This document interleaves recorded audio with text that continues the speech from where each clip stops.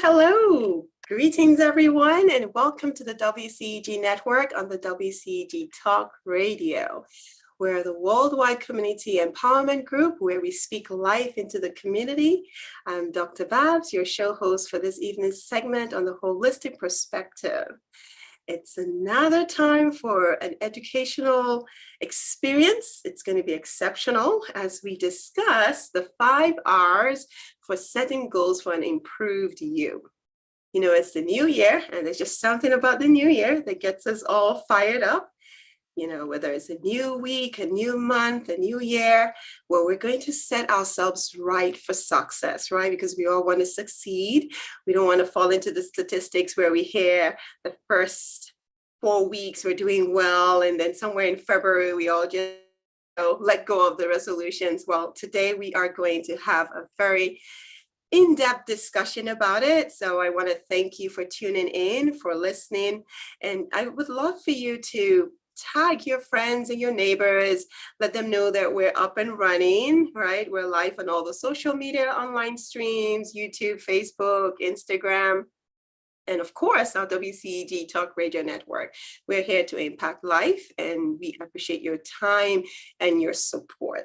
So let's get started. I like to always start with 2 important announcements. The first one is that the information that is shared on this Talk radio is not intended as medical advice. It's just to help support your wellness journey. And so it's more of an educational information. And we still want you to keep your relationship with your physician. Of course, the second opinion here is that we want to express that whatever is shared by either myself or any guest doesn't necessarily align with the radio and the organization. So we want you to be mindful of that. Well, let's get started. I love to start with an inspirational quote, and this one is on goal setting. All right, so it states that setting goals is the first step to accomplishing anything meaningful. All right, so setting goals is the first step. And we all know that, it's so important that we need to set goals. So how do we set goals the right way? And that quote is by Matt Mayberry. So how do we set it the right way? That's what we're going to be talking about. So welcome in again. If you're just tuning in, thank you. Thanks for coming and being part of this conversation. I'm Dr. Babs, your host for this WCEG Holistic Perspective show. So we're here to enrich you, to impact you with information that would inspire you and enable you to thrive and not just survive. So this evening, we're going to talk about these 5 R's that we use to set goals so that you can become an improved you. And we'll dive into what it means to set goals and what are the best practices. And of course, we'll end with questions and, comments from our listeners. So please, turning your questions. We're here to serve. We would want to respond to each and every one of them. We want to ensure that we're all stronger and healthier together. So to get started, what are these 5 R's that I'll be talking about today? 5 R's, I like to have things that rhyme. It helps me keep things in place. So when I'm doing my reading and I'm doing my research, if I see terminologies that rhyme, I tend to hone on to it. So the first R is results. And what do I mean by results? Results just means you're setting a goal. If, let's say, we're referring to, I want to get my blood pressure straight. I don't want to be on multiple blood pressure medicine, because if I go to my doctor, if my blood pressure stays high, they're going to think about adding on another pill. And I'm already on so many pills. I don't want one more. Well, your result is you don't want to be on more blood pressure pills, right? You want to get your blood pressure stable. So you have to have a tangible goal. So it's not just saying, I want my blood pressure to be normal. What does that mean? Is there a specific number? Or the same thing with, if you have diabetes and you're monitoring your diabetes, you want to make sure that your sugars are a certain number. So it's not just saying, I want my diabetes to be controlled. What number are you actually shooting for? So that's the first R. When you make those resolutions, you want to be healthier. You have to start with the first R, what is the result? What are you trying to achieve? Let's say you're trying to lose weight. You're saying, oh goodness, I've gained over the holidays, maybe 10 pounds, maybe 12 pounds. And your resolution is, I want to lose weight. Well, you need to figure out how much weight you want to lose, over what period of time. That is tangible results that you need that will help you, not only help, but also propel you to your progress. So that's the first one, your results. So please put that down in paper. Think about those resolutions that you made at the beginning of the year. What results are you trying to achieve? And I want you to look at it in this 3-question aspect. So understand your results. What results are you seeking? Know your time frame in which you want to accomplish this. So, it's you know yourself best. Do you want to do it within a 3-month period? Do you want to do it in 6 months?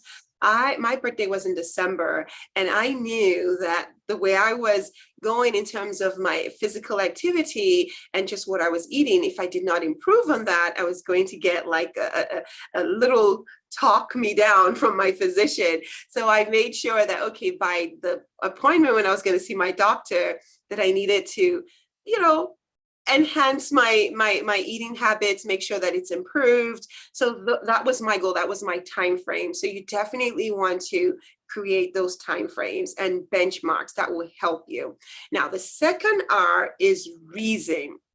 What is the reason behind that resolution that you created? Now, to be honest, I don't like the word resolution, and it might have been because I abused it for so many years, where I would set a resolution. Sure enough, I would do something that was not realistic. Maybe I would commit myself to doing too many things, and then I'll fall short of it, or too many things too fast, or unreasonable expectations. So I think I kind of just abused that whole word resolution. So I don't say resolutions, I say intentions. What are my intentions for the year? But since we're talking about resolutions and we want it all to rhyme, the R, right? We'll say the second R is reason. So why are you setting this resolution? Why are you setting up this intention? What is it going to do for you? So let's speak about if you want to lose weight. Okay, you want to lose weight, but why? Why do you want to lose weight? Is it because you want to have more energy? Maybe the weight is just weighing down on you. It makes you feel uncomfortable. You have to know the why. So just saying, I want to lose weight because I want to look good in my outfit, that is not going to take you the long run. Remember, we want to set ourselves up for success. So you want to pay attention to your reason, your why. You've probably heard it say your why. I had a patient who her reason was just because she wanted to be able to play with her grandkids. She was tired of complaining and telling them she was always in pain. Her knees were hurting. So that was her reason. She wanted to lose the weight so that she would have less pain in her joints, because for every pound that you have, that your body, over what your body can carry, that is 4 pounds of weight against your knees and 6 against your hip. So she wanted to lose the weight for that reason, and that was what propelled her. So your reason. So I want you to look at it this way. You have to be very clear on your reason. It cannot be just a flimsy thing, where, not to say that to look good in your outfit is flimsy, but it has to be a more concrete reason. So more energy, you want to be confident, you want to have less inflammation, less pain. So this is what I need for you to do as you're listening. Whatever that resolution is in your health or wellness journey, I want you to list 5 reasons why you want to accomplish it. All right? Not just list it, but write it down. Understand the impact. So what happens when you accomplish it? And what happens if you don't accomplish it? So you want to write that down, because that's what's going to trigger your memory to get you activated and get you going. So again, I gave an example of my doctor's appointment in December, and I knew that, okay, the reason was because I didn't want my blood pressure, because I do have a family history of blood pressure. I've had blood pressure in the past, and I've tried to keep it stable by watching what I eat. But sometimes, we're human beings, we fall off.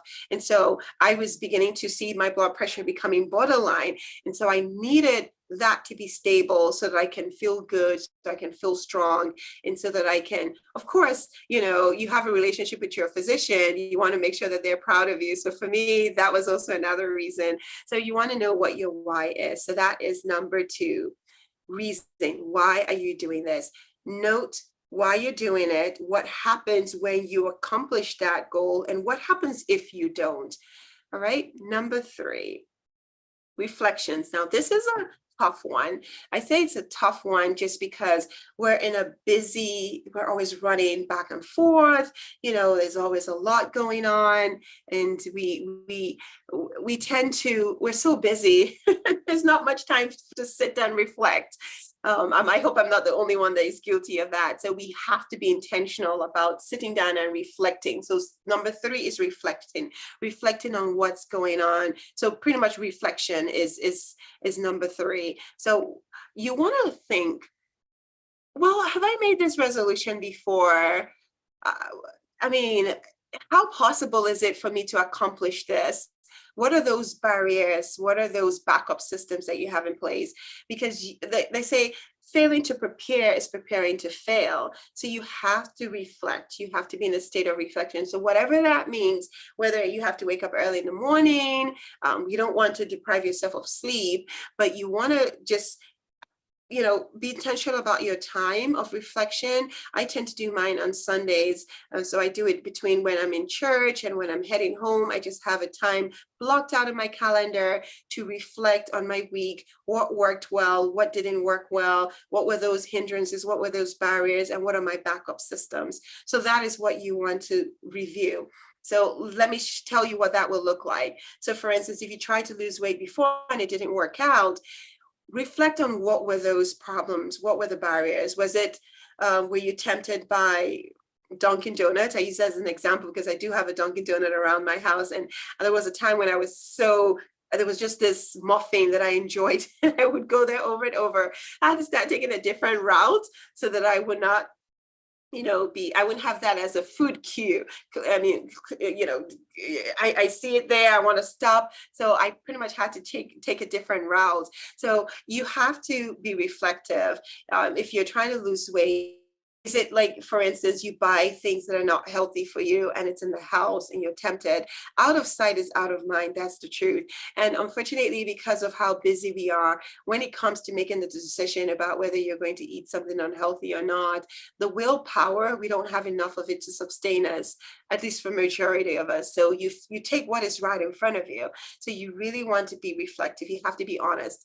The only person you cannot lie to is really yourself. So you have to be truly honest about it. You have to figure out, not only do I identify what my barriers are, but what are my backup systems? So for instance, if you say I'm going to be more physically active so that my heart can work well, just physical activity really has been shown to reduce all-cause mortality, meaning that just being active, walking, no matter how short or long you're walking, it does have a positive impact on your heart, on your well-being, your mental health.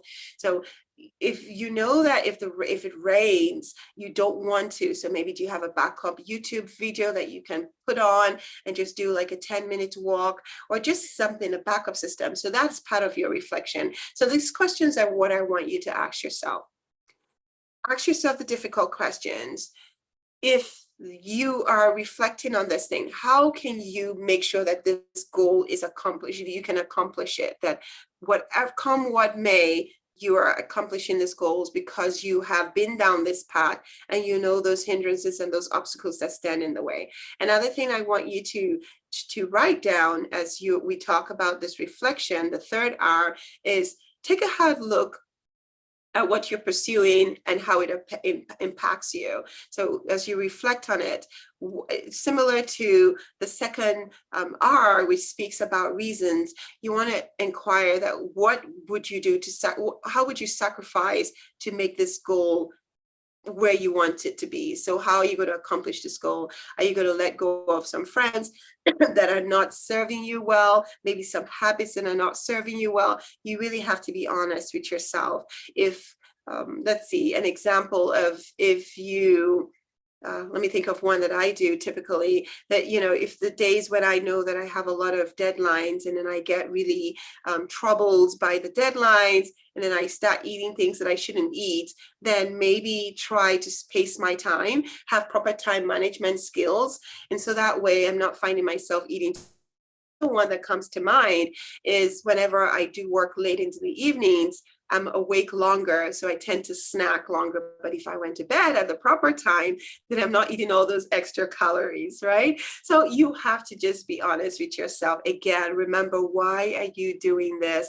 Why you're pursuing this? Your health and wellness matters. You don't want a year from now to have blood pressure problems or worsening of blood pressure problems and needing to be on multiple medications, or the same thing for diabetes or even high cholesterol. All these things are reversible. So we just need to take the inner search and find out what are we doing ourselves that is standing in the way of our progress. Okay, now number 4, resources. This is key, and we have an abundance of resources around us, but what is the right resource for you? All right, and there's not one size fit all. So you want to figure out what works best for you. So for you to achieve those intentions that you set for the year, or whether you want to call it resolutions, you have to have your resources. And resources can come in the form of materials. It could come in the form of your community, right? So you want to have those, and you want to do your research. You want to make sure that you're not following the. Does that latest trend work for you? If it doesn't work for you, then drop it, because it's what you can sustain that matters. There's no point you saying, I know Pelotons are very popular these days. I was so tempted in getting the Peloton when everyone was getting the Peloton, everyone was doing. But when I sat down and I checked about the Peloton, I found out that for me, I like to be outdoors. For me, there's that additional benefit for me to be outdoors. And if I had something indoors, I just couldn't. I mean, I might do it for the first few months, but then very quickly I would get bored and I want to go outdoor. So you want to make sure that whatever it is that you're going to do over a course of time is what you want to use as your resource. Okay, now of course we could be very flexible, but you want to make sure you have strong concrete resources, and you don't want to be back and forth and yo-yoing, because if you stay yo-yo, you will definitely not be able to accomplish. So that's number 4. Your resources, very important. So these are the questions I want you to ask yourself. What resources would you need to realize your goal?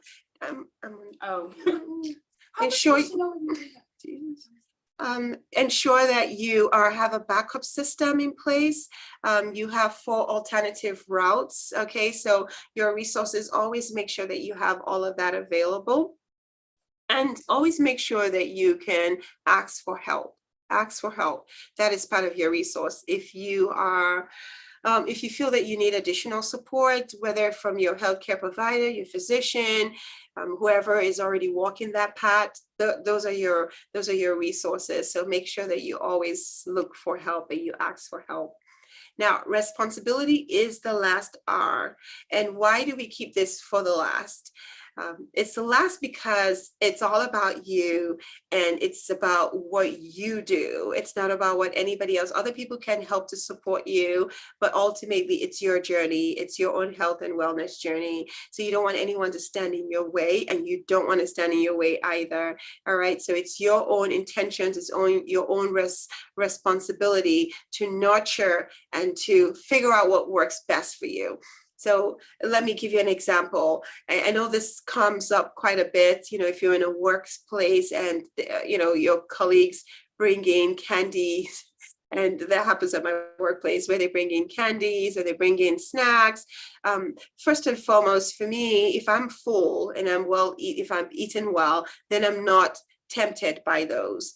But again, if you're still tempted, then maybe tell your colleagues to please put it out of sight because it will help you. So it's my responsibility, right? I have to take care of me because I don't want to be on blood pressure medicines. I don't want my diabetes to get worse, things like that. So you take care of you. It's your responsibility. Don't count on anybody else to do it. Now they can support you, but you have to fight for yourself. So we don't want a situation where, like I used to blame my kids. I'm like, when I was emotionally eating, I was like, you guys are the ones that made me get mad. Just like my daughter now that just jumped into my live show. If it was before, I would get so upset and I'll go eat something that is not good for me, but I'm responsible primarily for myself. So we want to not blame people around us. We need to take ownership and figure out what else can I do that would keep me on top of my goals and keep me aligned with my health and wellness goals. So that's very important. Another thing that you can do that is part of your responsibility is chart your progress. I don't know how many people are used to doing that or find the benefit in doing that.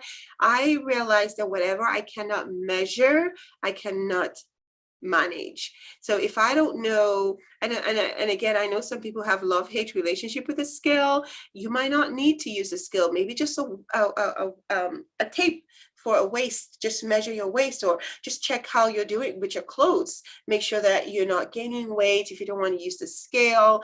Another thing is check your blood pressure, right? If you don't have, if you're on medicine, and you don't have a blood pressure cuff at home, some of this blood pressure cuffs cost like about $20. Please monitor your blood pressure, know what your numbers are, because that would give you a sense like, oh, well, it's gone up. So were you stressed? Was it the foods you ate? Same thing with sugar. If you have diabetes, please check your numbers. I'm not saying that every day is going to be perfect, but maybe, 2 to 3 times a week, take that ownership and see where your numbers are, because again, it is primarily your responsibility. So the questions that I have here for responsibility is have a game plan. Ask yourself what you would do to reach your own goals. How are you going to measure? How are you going to track, right? And then prepare for the unexpected. Life happens. So how are you going to get yourself ready? I had a patient that had actually quit smoking for over 10 years. But unfortunately, life happened. And then she started smoking again. But then I remember how joyful she was when she had quit, because she not only did she save herself money, but she felt good. Her health was great. She felt really good, but then life happened. And so we had to revisit this need for smoking, and again, just that attitude of always having to have the mouth to finger maneuver. We had to find other ways that she could relieve stress, and there's several other ways. So again, it's your responsibility to figure out what will work in your best interest. So we've talked about all these R's that will set you up for success. As we begin to wind down, I want you to know that you have the ability to stay healthy and strong. What I challenge you this year and this month, and every day is an opportunity to start better and do better, is have that inner conversation with yourself. Figure out who your resources are, whether it's your healthcare provider, your physician, your community, whoever will help you get to your goals. You don't want at the end of the year where you look back and you wish that you could have made this progress here and there. The important thing is write down your why and write down your results. What results do you want to see? Now, some of the commonly asked questions that I have that I want to speak shortly about, and of course, any questions that might come true. Questions where we have, I've had a patient ask me, well, what if I live with other family members and I have no control over the food that is made in the house? Well, the way I usually respond to that, there are scenarios like that where you actually live with people and you're subject to what they eat.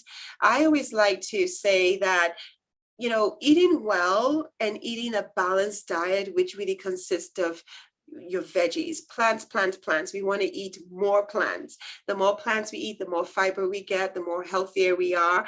It's for everybody. It's not for a particular set of people. It's not just for adults and then the children can eat candy and all they like. No, it's for everyone. It's the household. It's a community thing. We all need to eat well. So what I usually say is, have those one-on-one conversations with your family member and tell them why this is you.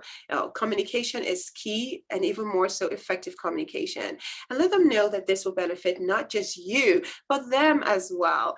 And so that's very important. I've had to have those conversations in my home as well, and it's a process. I'm not saying that it's going to happen overnight, but you want to have those candid conversations, and of course appreciate them for having you, accommodating you, but then tell them ways that you can all be healthier together so that you can enjoy each other's time together. And of course, resources, there are tons of resources available. There is a particular website that I refer to called fullplateliving.org, and they talk about community eating and how we can eat healthy and how we have different recipes. Some people might not even know how to start, but this website and this organization has tons of information that can help.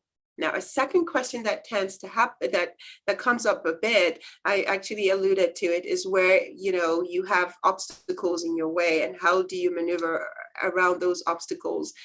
So, for instance, if you like to run or you like to walk, and then you all of a sudden, the rain, the weather, the cold, so get yourself prepared for that. We already know we have how many seasons in a year. It's the same thing that happens every year. We have spring, and we have our summer, we have our fall, and we have our winter. So get yourself ready. What are your backup systems? During the spring, I have allergies, so I try to do more indoor. But if I was going to go outside, then I use my Claritin or my honey, whatever it is that will help me to be able to enjoy outdoors. And so you have to know the different seasons of your life. And that's where you're flexible, but you definitely want to prepare yourself so that you're ready, and you're not that person where when it's cold, you don't exercise. When it's hot, you don't exercise. You don't do anything whatsoever. That's not going to get you to your goals. The important thing is that we want to get rid of chronic diseases, which come from lifestyle related diseases. So those are the two commonly asked questions about how can you keep your resolution where you don't fall out February. It's really by doing these 5 things that I spoke about. And let me just go over them again, so that we're all on the same page. First one is results, right? What results are you looking for? You want to get that blood pressure under control. You can do it. It's very possible. There is no medical problem that is diet related or lifestyle related that is not reversible. There's tons of data that shows that you can reverse it. I have reversed blood pressure problems. My husband has reversed diabetes, and it's with proper knowledge, and we keep striving and we keep working on it day by day. The second R is definitely your reasons why you're trying to prevent. We don't want to be on, we don't want to be on lifelong medications.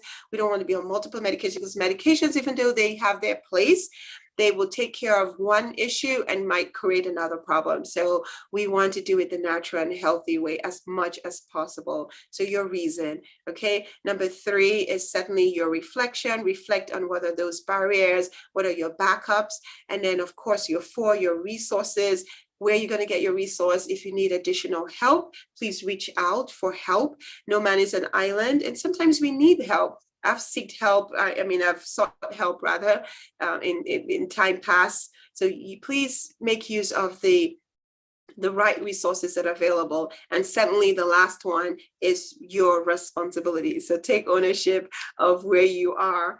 All right. So that really brings us to the end of the session. I hope that it's been beneficial. I hope that this will help you as you sit down and you reflect on how you can use these 5 R's to set the goals to improve you this year, because we want to improve you. We want you to be healthy. We want you to be vibrant, and we want you to be whole, spirit, soul, and body. It's the whole package, right? So I'm Dr. Babs, your host for the Holistic Perspective Show.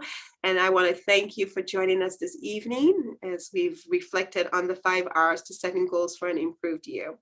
And it has been valuable for me, because when we speak about this, it just reinforces what we need to do. So I'm hoping that today, that not only have you gathered this information, but you're inspired to implement it. And that's where the magic takes place. I do want to end with this nugget that I saw online that speaks about, it's by Zenla, and it says, if you aim at nothing, you will hit it every time. So if you aim at nothing, so if you just make blanket goals, I'm just going to lose weight, you don't know how much you're going to lose, what time frame, why you're losing it, how you're even going to lose it, it's not going to happen. It's not going to happen. There's an adage that says you can't keep doing the same thing the same way and expecting a different result. So I challenge all of us today that let us change our story and let us aim for specific things. Let us be goal oriented, and let's use these 5 R's. All right. So I hope that this has been not just informational, but certainly you're inspired to go out there and do more for yourself. So I look forward to seeing you back for our next session, and that will be in March. But until then, I ask that you enjoy the rest of your week, and I hope that you do take care, and God bless.